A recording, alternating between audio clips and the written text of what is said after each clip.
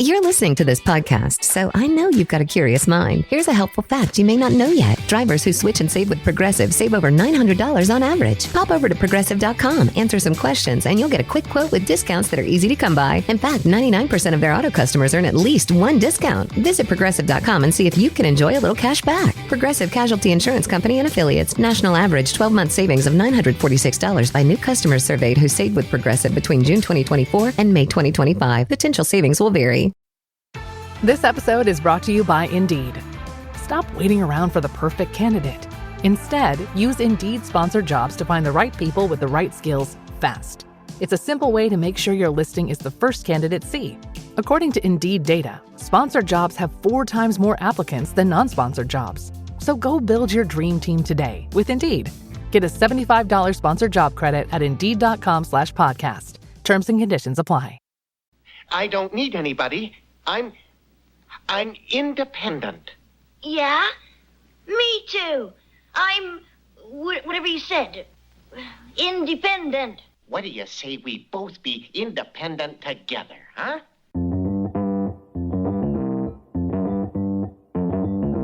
Live from Joe's mom's basement, it's the Stacking Benjamin Show.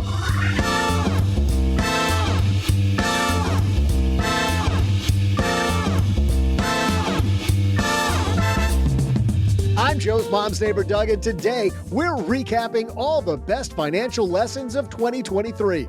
Bringing us gold for prosperity, it's Paula Pant. Here with frankincense to help soothe our financial anxieties, it's OG. And coming in with some myrrh so we have something to throw away later like 3-week-old leftovers, it's me? Me? Really? Wow.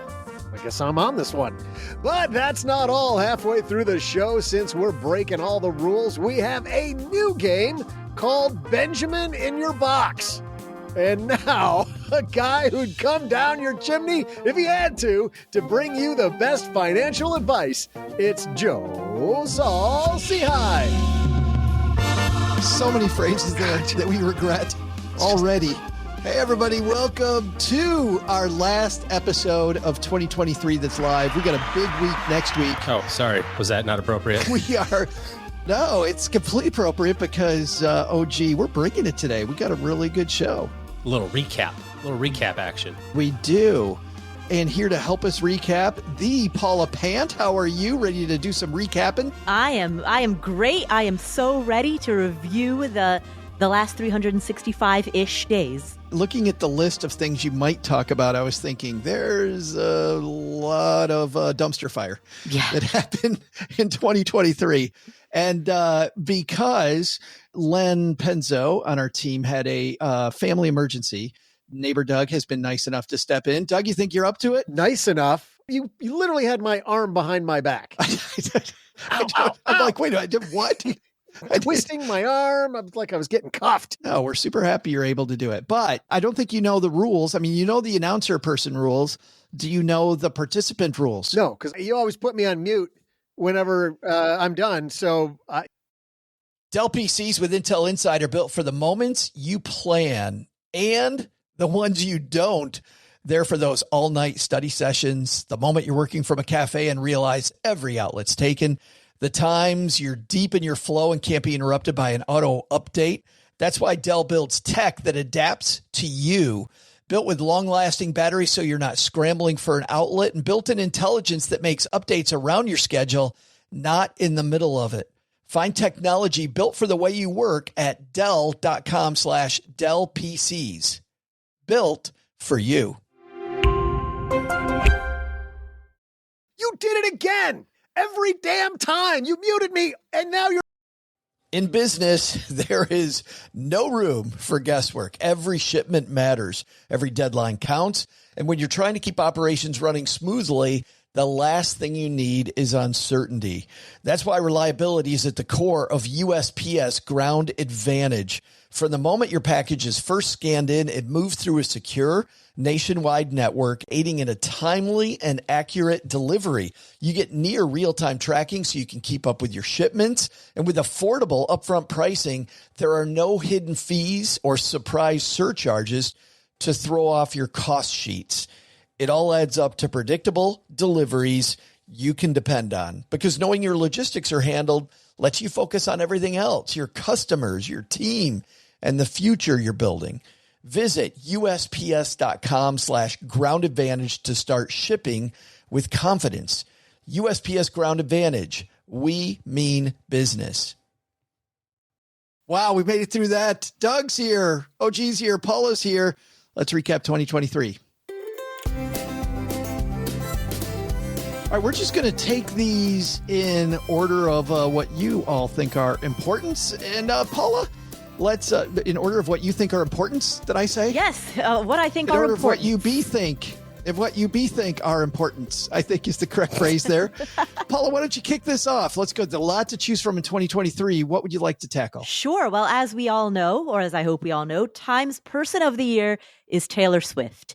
Taylor has revolutionized so much of how the entertainment business operates. The movie that she shot about her era's tour, she cut out the middleman when it came to distributing that movie to movie theaters. That has not been done before on any major scale. So she was able to produce the movie, cut out the middleman, make a direct deal with AMC theaters and all other theater chains. And that is likely to send some pretty significant reverberations throughout the film and entertainment industry. In addition to that, as I mentioned, in every city that she goes to, she creates massive economic effect.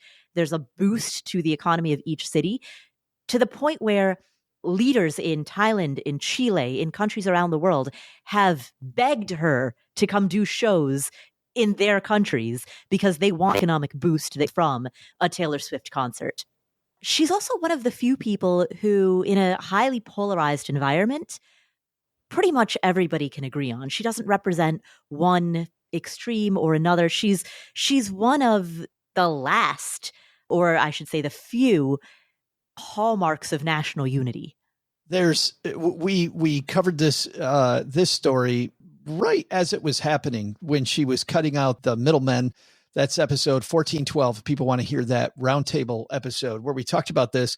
But I think, Paula, a big lesson, because I think there's a lot of people going, what does that have to do with me and my money? But I think there's a huge lesson here that a lot of us and a lot of the products we buy, we're dealing with middlemen. We're not dealing with, there's a lot of people calling themselves financial advisors. And in a lot of ways, they are middlemen. And man, if we do what Taylor did, we might be able to save some significant money. Yeah, I think there's a lot of financial lessons. There is finding efficiencies, right? So her cutting out the middleman in the distribution of her movie is an example of finding an efficiency. She spotted an inefficiency in the way that things are done in standard procedure, and she shirked standard procedure in order to do something in a more cost-effective way and in a more economical way. She, in addition to that, I think we can also learn the financial lesson that she, at a very early age, invested in herself. And I know that phrase, invest in yourself, is a little nebulous and can sometimes be used in this raw, rainbows and unicorns kind of subjective manner. But what she did in a very real sense is that she decided to be laser focused on just one thing and to devote all her time, all her money, all her attention and energy to just that one thing, which was the development of her music career. So she, after high school, did not go to college. Instead, she started touring full time. And not that I'm telling people not to go to college, but it's an example of choosing one path and not getting distracted from that path. Every check, especially if you read the Time Person of the Year profile, every early paycheck that she got, including when she was 18, she got a check from Kenny Chesney, the country singer Kenny Chesney. It was from the point of view of 18-year-old Taylor Swift, it was more money than she had ever encountered in her life. And what did she do with that? She invested in tour buses. And then she used those tour buses to take her show on the road and get into more performing venues and grow her, what at the time was a very nascent career that had really, lots of 18-year-olds want to be professional, famous singers. Very few do it, but she was not willing to consider the quote unquote safe route. She was willing to take the risk of being an entrepreneur, of betting on herself and of really pursuing something that has outsized rewards if it works out. I think obviously, Paula, there's a ton there to unpack. You know, what's interesting, though, is that I heard another interview this year from Bruce Springsteen. Mm-hmm. And Springsteen talking about when he got his first record deal, he knew he had one shot. He knew it was the biggest shot of his life. But by that time, even though a lot of people didn't know who he was, he had performed so many times that he's in this executive's office. It was just another performance. Mm-hmm. Like for him at that point, he was a seasoned professional, making sure that he, you know, to your same point about Taylor's early career, just honed it and honed it and honed it and honed it. Right, exactly. The other thing that was written in the Time profile, which I encourage everybody to read, it was fantastic, is that in order to train for the Eras tour, she ran on a treadmill for 3.5 hours a day while singing the songs that she's going to sing in the Eras tour, a catalog of about 40 songs, while singing every single one of those songs out loud. So for 3.5 hours a day, she ran while singing. Wow. As a lesson here, OG, if you want more, you got to do more. I like what Paula said. You know, it just seems like I don't know much about Taylor Swift other than my daughter is infatuated and would do anything to go to the concert, you know, the next time that it's around. It seems like, you know, what Paula said about her being laser focused on what was hers and what she wanted to be great at. Obviously, I followed a little bit some of the story about when she had to kind of redo her own music because the contract sucked. And I think the thing that's most impressive to me is instead of like crying in her beer or getting in trouble, you see a lot of famous people who fall off the deep end somehow, you know, and just something off the wall happens. She just went, all right, cool. That sucks. That's not what I wanted to have happen. Think through it, solve the problem, and then solved it by going, oh, this is the best way for me to solve this problem is just go redo this in a different way. And from my unscientific viewpoint, it looks like it worked out pretty well. I also like some of those other anecdotal stories about her because, you know, you don't see this a lot. I think it was her who didn't she give like a bunch of like gigantic bonuses to all the tour people who help? Right. You know, because I mean, she was making billions of dollars and she gave bonuses of around $100,000 to each person. Yeah. It gave people like $100,000 bonuses like, hey, here you go. Thanks for helping. That's super cool to see too. But again, I think a lot of people listening to this are going to be like, I can't give $100,000 bonuses, but taking care of the people around you. But you can show appreciation. Right. Yeah. You're only as good as your team. Right. Absolutely. You can show appreciation for the people that are around you and remember that before you were successful, there were people, you know, what do they say? Be kind to the people that you pass when you're going up the ladder because they'll be the same people that you pass when you're coming down. You know, it's like, it seems like she's had a pretty big impact in just about look at the NFL, the impact of, you know, on football and people who've never watched a football game in their lives are watching football so that hopefully they can see Taylor Swift in the stands. I mean, it's crazy. Doug, a lot of people don't know that in your career, you've always been a systems guy. When you take a look at some of the systems that Taylor had, if we're trying to emulate some of those systems, how would you approach that? You know, Paula touched on a few things. OG did too. One of the things that she did was build a team and then trust the people on that team to do what they're really good at and allowed them to create processes that were repeatable and also expandable so that they weren't just processes that worked for that tour or for that album, but their financial processes, their operational processes that were what we call in the systems world, we would call them extensible, that could grow as she growed.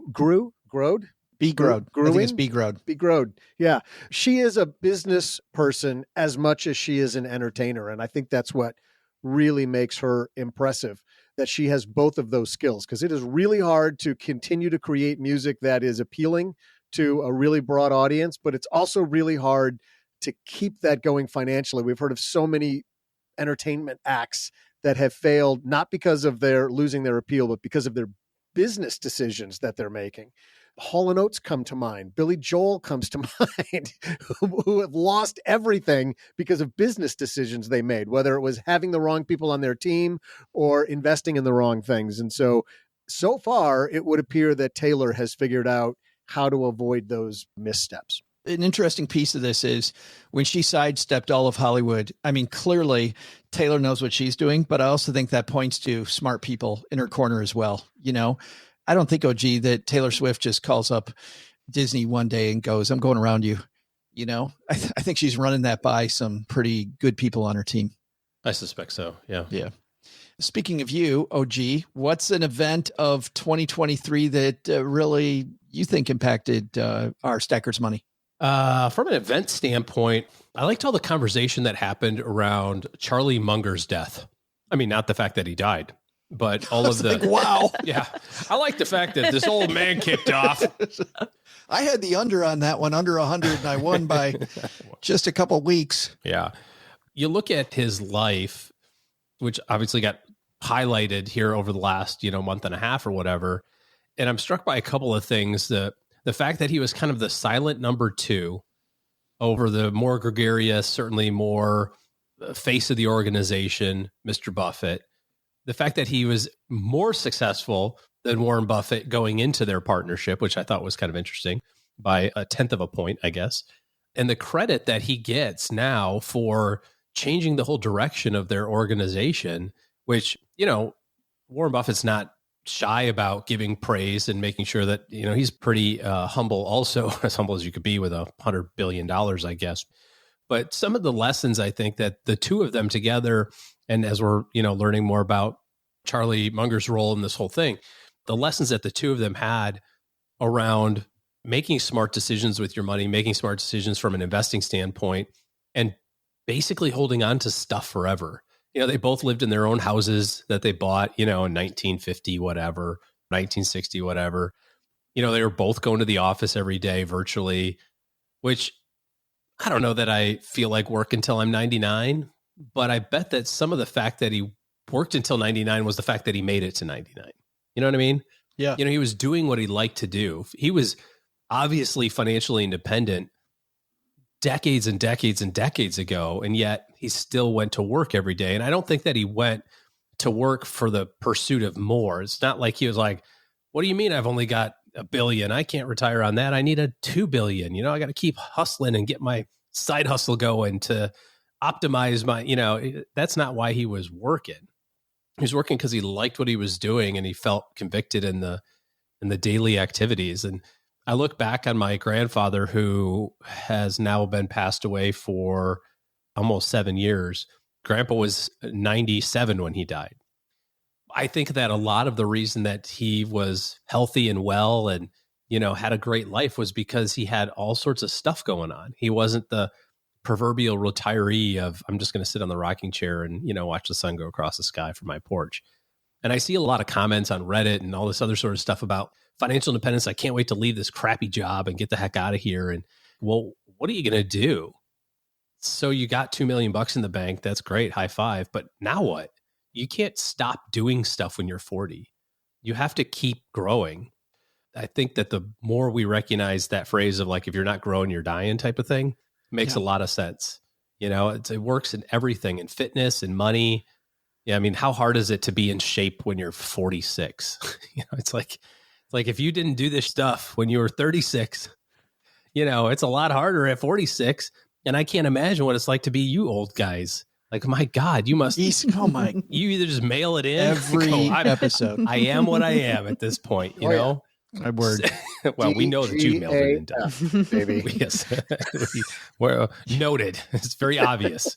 But it just seems to me that there's got to be purpose, and thinking about how this man worked until he was 99, and obviously lots of other great things. He gave away lots of money and he was gifting, all that other sort of stuff is really cool too. But there's a lot of lessons here about how to live your life, be happy with what you have. And surprisingly, when you're happy with what you have, you get more of the things that you like. We did a show, OG, do you remember when we did the woman who was studying Catholic nuns and why nuns live longer? And the reason they live longer is the sense of purpose, that they have a mission. And I think there's a tie-in here. She definitely lived a different life than Charlie Munger, but Rosalind Carter at 99 as well. And you look at the Carters after Jimmy Carter left the White House, just his mission and purpose beyond president, all the Habitat for Humanity stuff, the things that both of them did. I think that has a lot to do with their longevity. Doug, thoughts on Charlie Munger? I think it's his candid approach to managing money that was so refreshing. He showed it doesn't have to be a PhD. It doesn't require a PhD in economics and finance to be successful. You can just be very simple about your approach and be remarkably successful.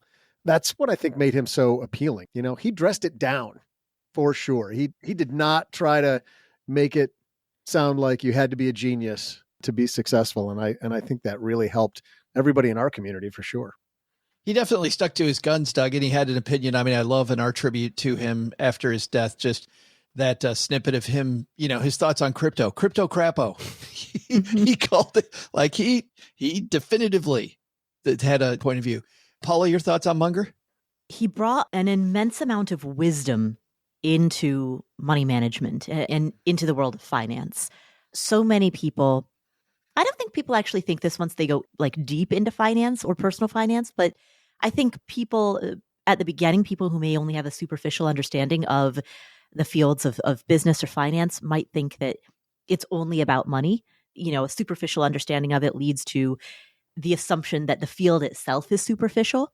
And I think Charlie Munger, perhaps better than almost anyone, through his quotes, his observations, was able to express financial lessons through words of wisdom that could be applied in many arenas of life, whether it's about risk-taking or about diversification or about, here's one example. His hiring philosophy was that trust is more important than skill, meaning if you hire somebody, you can always train them on development of a particular skill, but you can never teach them to be trustworthy. Either they are or they aren't, right? And so he prioritized character above skill. Wasn't it his quote? It was something to the tune of, I'd rather have somebody with an IQ of 140 that thinks they have an IQ of 120 than have somebody with an IQ of 120 who thinks they have an IQ of 140. I thought that was pretty good. Like Lake Wobegon, where everybody's above average. Everybody thinks they're above average. Right. Anyway. All the kids are beautiful. Doug, what's the first event of 2023 that you would like to shine a light on? Two events really stand out to me that happened in 2023. And you get one. I know. Well, but I'm foreshadowing the listeners for my next one that's coming to let them know that I'm thinking cohesively, but one led to the other. And so I'm going to quote Jimmy McMillan from your neighborhood, Paula, who said so eloquently, the rent is too damn high. So now how that would translate to us is the rates are too damn high. The Fed raised the rates. If you looked at January 1st of 2023, rates, interbank overnight lending rates were 4.38, and we're ending the year at 5.38, and it matches their goal of trying to be somewhere between 5.25 and 5.5. Why'd they do that? Well, we all know they did that to try to suppress inflation. It seems to have worked. Certainly recently, the markets have reacted in a way that said, great, it's working. And because you're not going to continue to raise them, markets have really gone crazy in the last couple of days. All of that's great. But there were some negative downsides of those rates being raised, one of which was a lot of consumer spending that would have happened over in 2023, like buying houses and buying cars, slowed down considerably. Even though savings rates have really, they're in the top 4 or 5 of the last 25 years. 2023, people are saving a ton of money, not quite 2021 levels, but they're saving a ton of money, but they're not really able to spend it on the things that you often save money for, like houses and some investments, other tangible investments, because the cost of those funds have gotten really high. We talked about the effect of rates on real estate investors on our wrap-up show for our sister show, Stacking Deeds. Paula, you and Crystal Hammond and Mindy Jensen dove into that. So people want to hear rates for real estate investors. That's a whole different discussion. But Paula, Doug talked about rates and homeowners or first-time home buyers. Like if you're somebody that a year ago thought you were going to buy a house and you waited, is there a lesson there? Well, so there's a few lessons there. Number one, there is enormous recency bias. I have been speaking publicly about purchasing real estate for over a decade. And I remember in 2012, 2013, 2014, everyone was saying, oh, isn't that dangerous? Isn't the market going to crash again? There was this recency bias in which, because the memory of the 2008 crash was so recent and so vivid, people overestimated the likelihood that it was going to not only happen, but happen again soon. Likewise, as the memory of the Great Recession got further and further away, people's recency bias instead started trending more towards, well, home prices are so much more expensive than they were a year ago or 2 years ago. Doesn't that mean it's too late? Starting around, I'd say 2017, 2018, I would hear that consistently every year. Oh, it's 2018. Home prices are so much higher than they were in 2016. It's too late. Oh, it's 2019. It's so much more expensive than 2017. It's too late. So that continued to happen. And so I think that part of the lesson is anchoring. There's a cognitive bias of price anchoring. Anchoring your evaluation of something being overpriced based on what it was priced at a year ago is a flawed way of evaluating an asset. Now, it does make sense to look at your personal budget and say, all right, given how much money I make, given my income, given my debt load, given the personal circumstances of my life, does this fit in my budget? Absolutely. That is the proper way to do it. The improper way to do it is to price anchor on what any given asset, whether it's a stock, whether it's a home, price anchor on what that asset was worth and conclude that just because there has been a run-up, that means it is necessarily overvalued. So those are a couple of cognitive biases that I've seen. I've seen recency bias in the way that people evaluated risk, and I've seen price anchoring in the way that people evaluate whether or not a home is quote unquote overpriced. Let's talk about recently what's been going on with rates. Paula, sticking with you for a second. A month ago, the average rate on a 30-year fixed mortgage was 7.87. Mm-hmm. As we're recording this, today's average 30-year fixed rate mortgage, 7.41. So we've seen a big drop, right, off the top. If I'm buying my primary residence right now, do I wait because it looks like the Fed might continue to lower rates? No. You buy now, refi later, assuming it's within your budget. The operative question is, given your income, your debt, your personal finances, can you afford it? Yes or no? But assuming that it is within your budget, do not wait, because home prices are likely to only climb higher. 1 year from now, when we're concluding 2024, all of the factors point to home prices at this time a year from now being nationwide higher than they are today. So waiting doesn't make sense from a financial perspective, assuming that it's within your budget. Oh, gee, we talked about rates and savers on Wednesday's show. People can go back and listen to the headline that you and I did about that. But anything to add to what Paula said on rates that we didn't cover today or on Wednesday?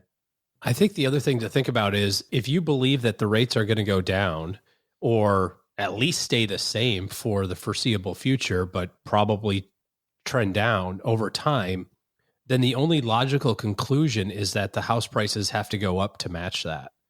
If you kind of just use history as a guide, what happened when rates went cratering down? Everybody went, whoa, I can buy $1 million house now with my income? I'm in. And so what did everybody do? My $800,000 house is now selling for $1 million. Why? Because there's tons of demand. And as the demand goes up, the price can go up to match it. And what's gone on as interest rates have gone up, then the demand has gone down. It's softened a little bit. So to Paula's point, if you're in the middle of a transaction right now, or you're going, hey, now's the time, we've saved our money, we've done our thing, it's time for us to buy our family home or a rental property or whatever you're going to do.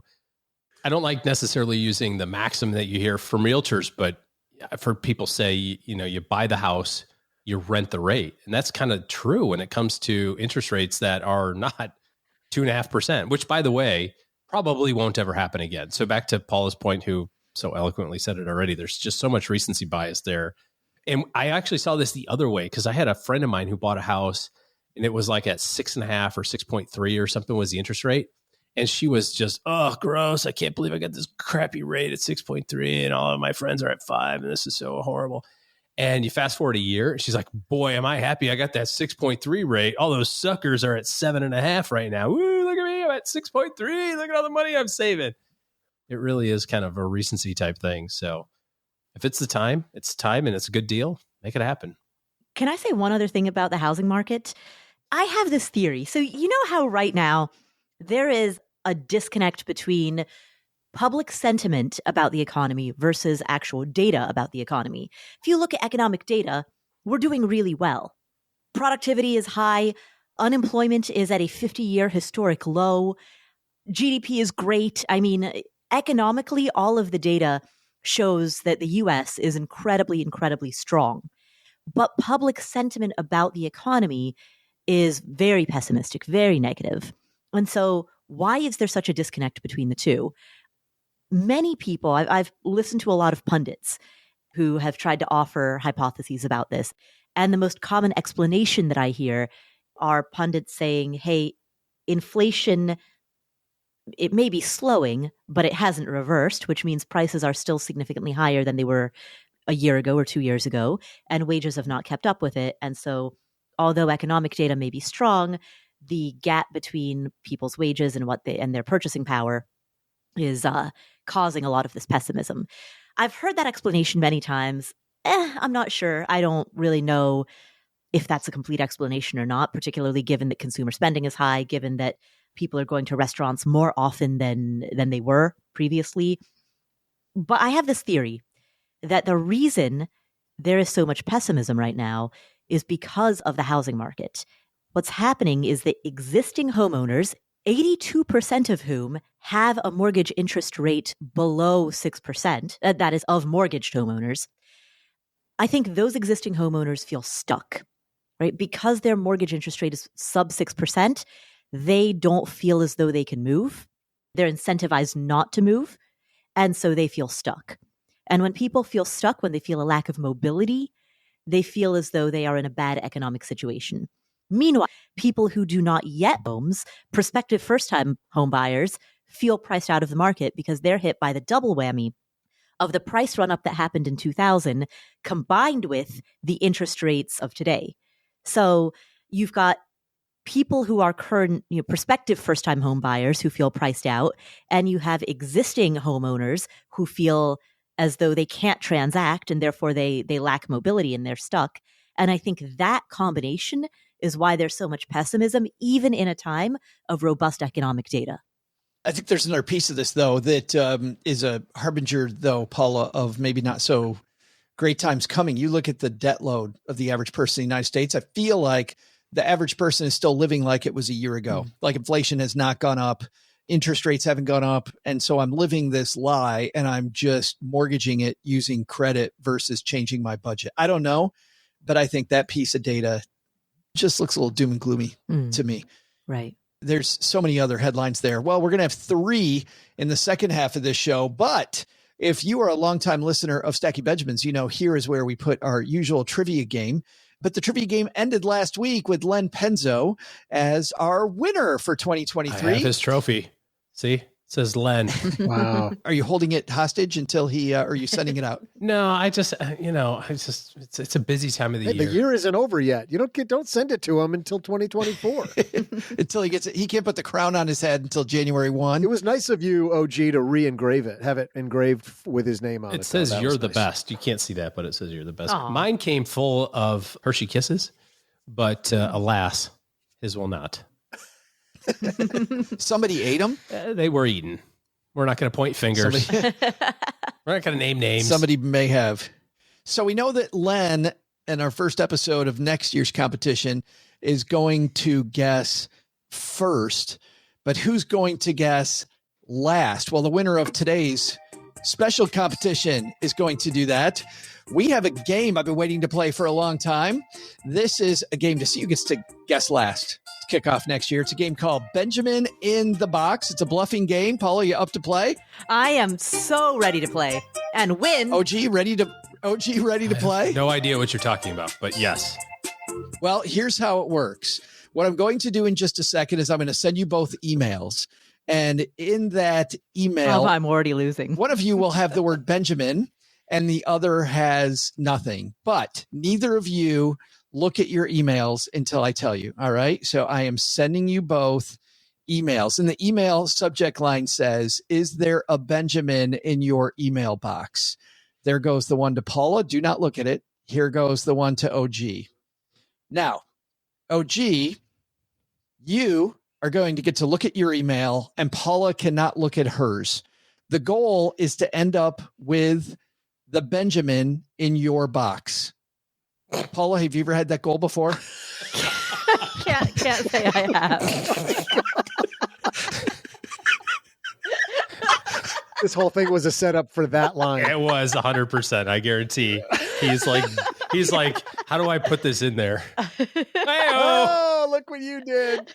I know, OG, you've had that goal. I would always love to have a Benjamin in my box. So whoever ends up with the word Benjamin in their email wins. Now, Paula, what's going to happen is OG is going to open up his email, and he's going to see if the word Benjamin's there. So I get to check my email? Yes, and then he's going Which to email decide. did you send it to? OG@stackingbenjamins.com. Okay, obviously. And Paula, you're going to decide whether you want to keep the email. Wait. God, what are you doing? Did I win?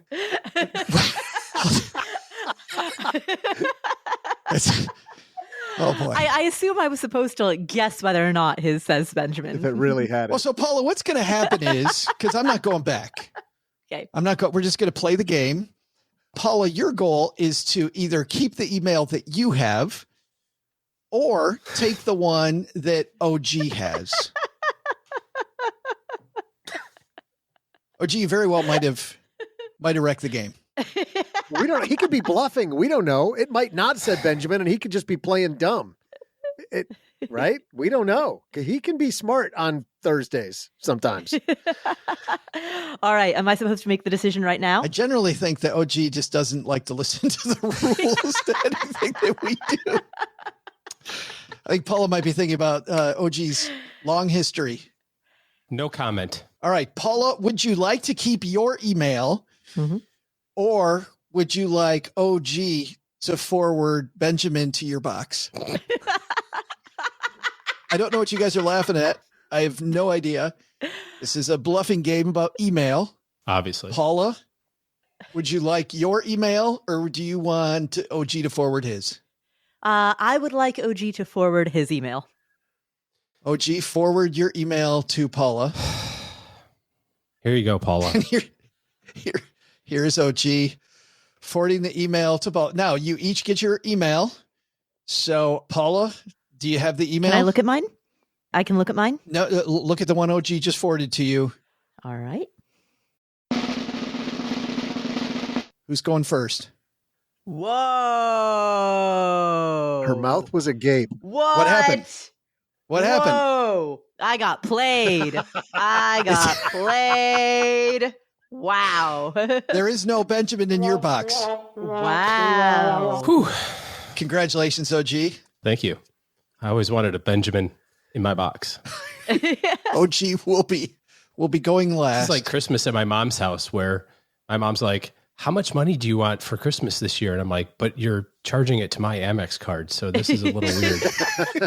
Joe's like, hey, I'm giving away $100. Kind of like, isn't it my money? Congratulations. You win $100. Yes. Thanks for playing. I've been wanting to play that game all year. Thank you for playing, guys. It is well worth, by the way, it is well worth going to see the original of that. Yes. Thank you to Jimmy Carr and company for, we will link to it in the show notes because we just stole their game, which is a carrot in the box, by the way, which might be even worse than Benjamin. It wasn't a cucumber. This episode is brought to you by Progressive Insurance. Do you ever think about switching insurance companies to see if you could save some cash? Progressive makes it easy. Just drop in some details about yourself and see if you're eligible to save money when you bundle your home and auto policies. The process only takes minutes, and it could mean hundreds more in your pocket. Visit Progressive.com after this episode to see if you could save. Progressive Casualty Insurance Company and Affiliates. Potential savings will vary. Not available in all states. You didn't start a business just to keep the lights on. You're here to sell more today than yesterday. You're here to win. Lucky for you, Shopify built the best converting checkout on the planet. Like the just one tapping, ridiculously fast acting, sky-high sales stacking, champion of checkouts. That's the good stuff right there. So if your business is in it to win it, win with Shopify. Start your free trial today at shopify.com/win. Second half of this podcast is brought to you by depositaccounts.com. OG, you know what happens when you go to depositaccounts.com? You deposit your accounts at the .com. You can deposit your accounts. You find out what the rates are from more than 275,000 deposit rates, over 11,000 banks and credit unions, all for free. As we record this, the top 1% average, 4.94% on savings accounts. National average, still less than 0.5%, 0.49%. You know how I know that? I just went to depositaccounts.com. You can then find out banks that are near you and make the switch. Depositaccounts.com. All right, let's go to our second choice. Paula, what's another event of 2023 you'd like to shine a light on? The two letters that everybody's talking about, AI. Artificial intelligence as a field has existed for decades. But this was the year that ChatGPT came into the public consciousness and completely overtook everything. And since the popularity of this latest version of ChatGPT that was released in the early part of the year, since that took off in the spring, AI has since dominated conversation in every industry as people try to figure out how AI is going to reshape their industry and how, when I say reshape, what jobs will be created, what new jobs will be created, like prompt engineers or prompt developers, and what jobs will be maybe phased out or made obsolete or might have to shift in some way so that AI can be embraced as part of the new workflow. I was at my strategic coach meeting yesterday, a room full of entrepreneurs, and the number one phrase over and over was AI. How do I use AI? How am I going to make it so that we can speed up, be more competitive, be better? Mm-hmm. It's the thing that a year ago at this meeting, nobody was talking about, right, that flooded every conversation. We saw this, by the way, in a lot of stuff. Another big thing that happened this year, of course, the Hollywood writer's strike, and AI, a big piece of the writer's strike, the use of AI versus writers. Right. But this is all jobs, OG. I know that a lot of people have fear around AI. Your thoughts around the growth of ChatGPT and others? I know you have some stats on this, don't you? I found this. I thought it was really interesting. It was race to 1 million users. So how long did it take before somebody got to 1 million, some technology got to 1 million users, 1 million subscribers, whatever you want to say? Netflix took 3.5 years. Twitter took 2. Facebook took 10 months. Dropbox took 7 months. Spotify took 5 months. Instagram took 2.5 months. And how long did it take ChatGPT? I'm going to guess a week. Yeah, 5 days. Mm. And now with the app, I don't know if either of you have downloaded the ChatGPT app with the image creator that's tied to it. It's fascinating. My wife was sitting on the couch eating popcorn, just kind of playing on her phone. And I just wrote in 40-year-old woman, blonde hair, sitting on a couch, eating popcorn, playing on her iPhone, go. And it created this image of this person in her pajamas just having, just playing on her phone, having a popcorn. And you could literally tell this thing to do anything you wanted to do, and it will create whatever image you want. It's unbelievable. But I think the impact on this is learning how to use the technology as a tool as it relates to taking away the tasks that are already things that you're already doing. I'll give you an example in our business. One of the things that we were looking for a couple of weeks ago was tying our CRM, which is our contact management system that we use for our business, with our email service, which is a whole different thing, because you have, an email program that does that. And I said, well, why is it the case that when a client does one thing, we can't automatically do the next thing for them automatically? They have a child that goes to college. Why does it not trigger all of these automatic events of, hey, we need to reach out to the estate planning attorney and make sure your kid has signed a power of attorney for their health care? Just like these other things that people don't think about that we do one off at a time. And I think from a technology standpoint, people are worried about AI taking their jobs. AI is going to move their jobs up is what's going to happen. Mm-hmm. You're going to do more and better things. And the tasks that can be repeatable are going to be thought of one time, programmed, which is the technology part, and then done for you moving forward. It's going to be, I'm excited. Doug, there was a classic book written in the early 2000s called Who Moved My Cheese, where it's a bunch of rats and the cheese clearly moved, and a bunch of rats bemoan the fact that cheese moved. Is this a Who Moved My Cheese situation? It absolutely is. Yeah. And we've been worried about this for 50 years, 75 years. How about a couple of 100 years since the dawn of the industrial age, as any new technology has happened, whether it's mechanical or artificial and ethereal, we've been worried about losing our jobs to pick a device. And yet more jobs happen and become available to us because the economy expands and new products and services get created because of these new capabilities. And so the only danger is if you're not willing to evolve with your skill set. Oh, gee, let's go to another one. Let's shine a light on a fifth event. We've actually shined a light on more of those. We got the Hollywood strike there. We've had many things, but what's another one? No, I think as I look back at just overall market performance, I think it's just such a great story of what happened in 2021, followed by 2022, followed by 2023.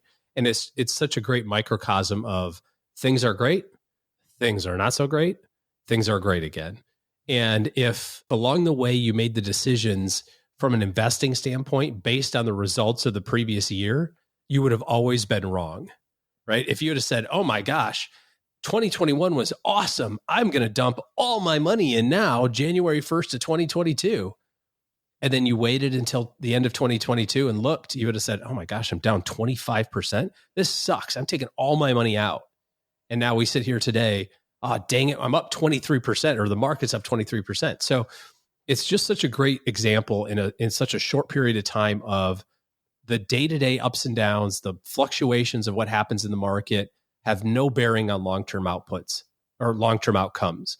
And if you're day trading, if you're thinking about, oh my gosh, I need to make changes based on small things that are happening in the economy or small things that are happening in the world, you're missing the boat. You're investing for 30 years. Invest for 30 years. We don't have any idea what 2050 is going to look like, but you need money then, and it should be invested in the greatest companies in the world. So invest it. Don't touch it. But Paula, you were talking earlier about sentiment, sentiment being down. OG saying that the market had a great year. Mm-hmm. Like, imagine if you just followed sentiment, you would have done you would have stepped right in it. Right. Yeah, exactly. Market had a great year, but you would never know that by talking to to the average person at the average bar or coffee shop. The disconnect between economic reality and public sentiment is wider than I've ever seen it. So it's just another reason not to listen to voices at the water cooler or these days social media, right? Do not listen to voices on social media when guiding any money-related decision, particularly your investments. Joe, OG talks about how old we are, so maybe it's time to just lean on that a little bit. Way old. Can you remember a time when this has happened before, as Paula was describing, where we've had so many great economic indicators, but one or two that is making everybody so bummed out? I can't. I mean, usually when the market's doing what it's doing now, it's like 1988 all over again and woohoo, let's go. And yet that's not happening at all right now. Can you think of another time we've had this polarizing kind of indicators? I think it's more the news cycle than economic indicators, more the news cycle because the news cycle with all the stuff going on in the Middle East, with the just world uncertainty, the Ukrainian conflict, you've got so many things going on just worldwide, nationally, that I think that's the thing. It feels like there's a lot of uncertainty, doesn't it? And yet the market marches through it based on data. Like, it's data versus emotion. Yeah, based on fundamentals. I was listening to a podcast the other day that the host was talking about presidential, approval ratings. And when they poll individuals about what's going on in the world, they can, they manipulate that stuff based on whatever's going on in the news. It's like, tell us how you feel about the U.S. and their international aid package. Well, it just so happened to be that 5 minutes ago, there was just a bunch of news stories about, we're helping, we're not helping, we're doing too much, we're doing too little, whatever, right? And it's like, well, what do you think about that? And and that always seems to be the focus of whatever the polls happen to be. And so if all of the economic news is inflation, interest rates are high, boy, this probably sucks, huh? What do you think about that? It's like everybody's like, well, I guess, I don't know, you guys just told me it sucks, so I guess it sucks. I guess I'll go with sucks, Bob. Sucks. I'm going to take sucks for 200, Bob. Or number 3. It's very manipulative. Let's do one more here. Doug, finish it off. Yeah, I said my first one led to my second one, which was, the rates got really high. The rates got high to try to stave off inflation, but the negative impact of that, one of thousands, was Silicon Valley Bank collapsing in March of 2023. Because, when OG can speak far more deeply on this than I can, but when they raised those rates, a lot of the investments that Silicon Valley Bank had were treasury bonds and other long-term investments that got hugely negatively impacted by the cost of funds rates going up because of what the Fed was doing. And so they collapsed. Everybody freaked out. All the depositors, huge depositors in Silicon Valley Bank thought, I got to get my money now. What did SVB have to do to give them their money? They had to sell off a lot of those, and they took huge losses on those investments in order to give people their money back. I know, Joe, when you asked for your $50 million, that was probably the straw that broke the camel's back. You only got 25 back. You only got 25 back. Pretty rough. Way to go, Joe. Thanks, Joe. Thanks, Joe. That was a pretty unique situation for Silicon Valley Bank. They had enormous amounts of deposits between 2019 and 2021 because what was happening in the technology sector. And, but what did that do to the rest of us? Back to just a minute ago, you were talking about the news cycle. We all freaked out because we thought, the whole banking system is about to collapse. Well, maybe not. There were an awful lot of safeguards put in place that really isolated the unique situation that Silicon Valley Bank had that led to its demise. But the rest of us had about 20 minutes there where we were thinking, we got to go. It's time to, It's a Wonderful Life, this thing, and get our money out. Yeah, Paula, Jean Chatzky talked about this on Wednesday with us. Her point was the banking system's the one thing we think you'd rock, right? Mm-hmm. Is this a time when having a name brand bank is the lesson? Have your money, maybe that Wells Fargo is not as bad as we thought it was because I know it's a name I wouldn't brand. go that far. Easy, Joe. There was certainly, especially right around that time of Silicon Valley Bank and First Republic, there was certainly, I think at that point more than ever, a lean towards putting your money into large banks rather than community banks or credit unions, which really doesn't actually make sense because as long as your bank is federally insured by, if it's a bank, it's going to be one agency. If it's a credit union, it's going to be a different one. But so long as it is federally insured and you don't have accounts that are above and beyond that insured amount, you are likely to be okay, or you'll be as okay at Bank A as you would be at Bank B. But we come back to the theme that keeps recurring throughout this episode, which is that there is a disconnect between reality and sentiment. So the sentiment might trend towards a bigger bank because there's a psychological feeling of safety, even if the reality is any bank that is federally insured or credit union that is federally insured is as safe as any other one, assuming that the total value of the deposits in all of your accounts at that institution does not exceed the insured level. Oh, gee, this happened on March 12th. We came out with a special episode directly after a rare Tuesday episode of our show where we walk through what was going on. Now you've had another 9 months. Do you look at Silicon Valley Bank situation differently now than you did 9 months ago? I mean, it certainly was disconcerting for a lot of people who were involved in it in the moment. And I think backing up to 2007 or 2008, when the money markets went down and kind of broke the buck as that happened, patience really served a purpose there. It all worked out okay. And the same thing was true, like Paula, you said, when it comes to the Silicon Valley Bank and what was the other bank that took a crap? First Republic. Yeah. Signature Bank. First Republic. If you followed the rules as it related to the FDIC insurance, and you see a lot of changes with that. We've got a product with our firm that now allows people to have up to $12 million of FDIC insurance because we can kind of manipulate it and aggregate all the different banks and have one statement. So if you're not paying attention to that, it's a really big thing. But for the vast majority of Americans, I mean, we're talking 99% of people, this is a non-thing. Your money is safe. The banking system is safe. Don't have over $250,000 in your savings account. And if you do, go get somebody else to have another 250 with, and then you get up to 500. I got to go, Joe. That's our number one to do. I just like a very quick answer to this one. Either just a couple words, a sentence, maybe even one word.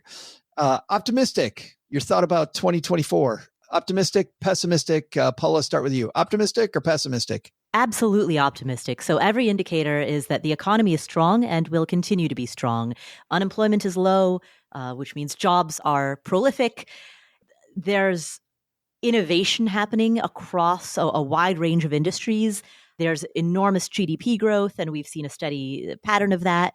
It looks as though there's wide consensus that the Fed is going to start lowering interest rates next year. In fact, the Fed even came out with statements to, they can't make any definitive statements, but to the best of their ability to really kind of indicate that they would. They've basically said that that's on the docket for 2024, given what we know now, given the current trajectory with inflation.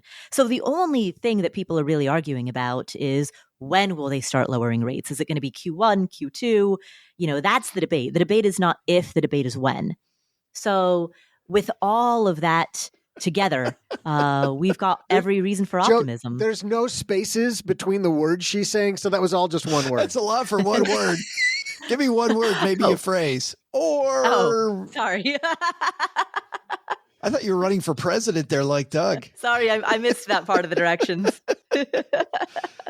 I think Paul is optimistic. Yeah. Doug, how about you? Good. OG, finish it off. OG just gives us a thumbs up, which is perfect on an audio podcast. I got fireworks behind me, bro. Here comes the fireworks. Yes. All right. I think that's a great place to put a pin on this before we head out to the back porch and find out whatever craziness is going on with you guys. OG, what's happening with you this weekend? Somebody's got a birthday. Not for 364 days from now, but it was yesterday. All day. Happy birthday yesterday. Thank you. So that means you probably didn't get my gift because I didn't even know it was your birthday yesterday. Damn it, Bethany, he guessed it. That is like the singular best line in the whole Christmas Vacation. And if you don't know what I'm talking about, go watch Christmas Vacation. Watch the part with Aunt Bethany. And when they walk in the house and he says, "I got you a present." And he Paula, says, I know you haven't watched this movie. You'll love this movie. I have not. You will laugh your butt butt off. You've never through seen that Christmas movie. Vacation? Never seen Christmas Vacation. Oh my gosh. Oh, but you know what? You know what I did recently see is Polar Express. That's a whole different thing. Polar Express. It's a That's whole not different even the deal. same league. It's a Christmas movie. It's Also, a warm fuzzy, but it's not like, no, Christmas Vacation is the is full. You have to watch it 1,000 times to get all of the stuff. So basically, Paula, the old man walks in and says, "We got you the perfect gift, Clark." And he says, "You didn't have to get me anything." And he goes, "Damn it, Bethany, he guessed it." And it's like, but it doesn't hang there. It's not like he says it and it just kind of hangs out. Yeah. They're like, It's boom, just boom, gone. boom, boom, boom, boom. On to the next thing. Yes. You should go into the Yeah. living room and say hi to everybody. I should say hi to everybody. You should say hi to I should say hello to everybody. Hello, everybody. Doug, big weekend. Not doing anything. That's what you're asking. Good. Thank you. I'm going to be skiing on lots of artificial snow this weekend because we are having a lousy start to winter, but still cold enough we can make some snow and I get to go skiing. Don't eat the yellow stuff, buddy. No bueno. Fabulous. Paula, what's happening in Afford Anything? 3 words, Paula. You get 3 words. I missed that, so I don't listen to directions. Heretofore. I don't follow instructions. So on the Afford Anything podcast, coming up in the new year, the first episode that we will be airing in the new year, coming out on January 3rd, is going to be an interview with Hal Elrod, the creator of The Miracle Morning, all about how to set a morning routine that will set up your day for success. And so with the new year, people setting New Year's resolutions, Hal Elrod is here to say, you know what? You've got your New Year's resolutions. You've got your goals. Let's build you a spectacular morning routine so that every day can start strong and then you can move forward in the direction of your New Year's goals. Love me some Hal Elrod. That should be like a one-page book. Yeah, but Hal's got he's got the recipe. I wish Hal had some energy, Paula. Right? Seriously. Yes. What a great way to not just kick off a morning like Hal Elrod, but way to kick off the stuff that exactly Hal brings to the table. Yeah, good stuff. We'll link to Afford Anything on our show notes at stackingbenjamins.com, or just pause this right now and go make sure you follow Afford Anything wherever you're listening to us. All right, that's going to do it for today. Time for the back porch. Paula, you're eating some gross stuff. What's going on there? I'm eating some delicious stuff. Macaroni and cheese flavored ice cream. Hold on. Before we dive into this, do you just like regularly buy mac and cheese ice cream and just have it in the refrigerator? Are you doing this for us? So this is limited edition. When it first came out, it was very, very hard to get. I checked like every store, couldn't find. I put myself on the wait list for it. It's like a Mercedes. Yes. It's shocking that wasn't widely available. The wait list. Yeah. Could not get it. And finally, in like some far back freezer depth of like the 18th store I checked, I finally found it. Like, ma'am, you can't be back here. Ma'am. Yeah, exactly. Yeah. It's our private stash. Bought out their entire supply and then like slowly rationed it over the span of the next year. And when I was done, I was like kind of grieved that like I just finished the last of the world's supply, Speaking of eras to her, yeah. Right? And then an era is over. They brought it back.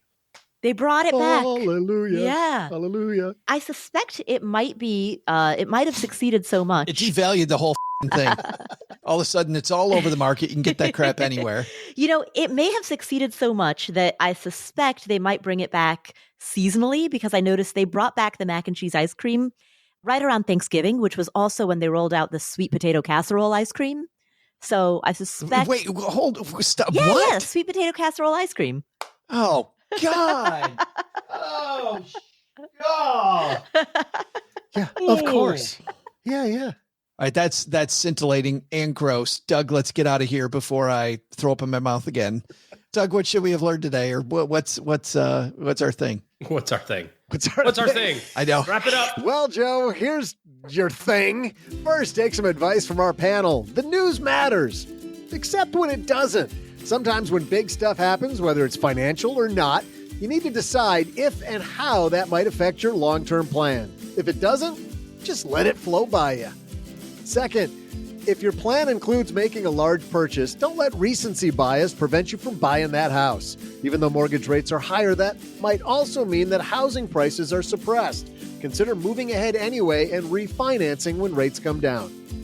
So what's my biggest to-do? Set up a Nest camera in my living room so I can see how the hell Santa is getting in and out of here without making a mess, and also to see if he's the one who's been dipping into my spiked eggnog.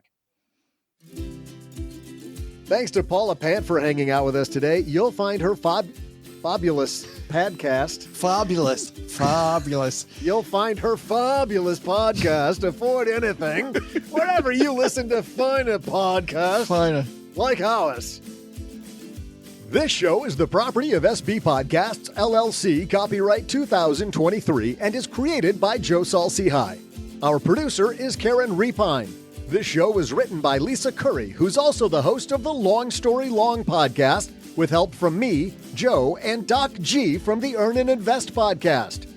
Kevin Bailey helps us take a deeper dive into all the topics covered on each episode in our newsletter called The 201. You'll find the 411 on all things money at the 201. Just visit stackingbenjamins.com/201. Wonder how beautiful we all are? Of course, you'll never know if you don't check out our YouTube version of this show, engineered by Tina Eichenberg. Then you'll see once and for all that I'm the best thing going for this podcast. Once we bottle up all this goodness, we ship it to our engineer, the amazing Steve Stewart. Steve helps the rest of our team sound nearly as good as I do right now. Want to chat with friends about the show later? Mom's friend Gertrude and Kate Youngkin are our social media coordinators, and Gertrude is the room mother in our Facebook group called The Basement. Say hello when you see us posting online. To join all the basement fun with other stackers, type stackingbenjamins.com/basement. Not only should you not take advice from these nerds, don't take advice from people you don't know.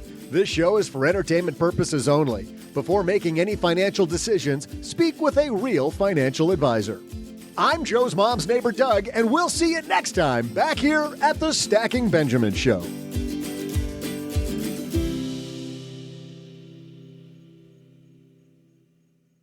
Or would you like OG to forward Benjamin to your box? Okay, if we're airing this, then what I know in 2024 is the censorship is going way down. Because this is spectacular, but I just know that this takes the muzzle off of me for 2024.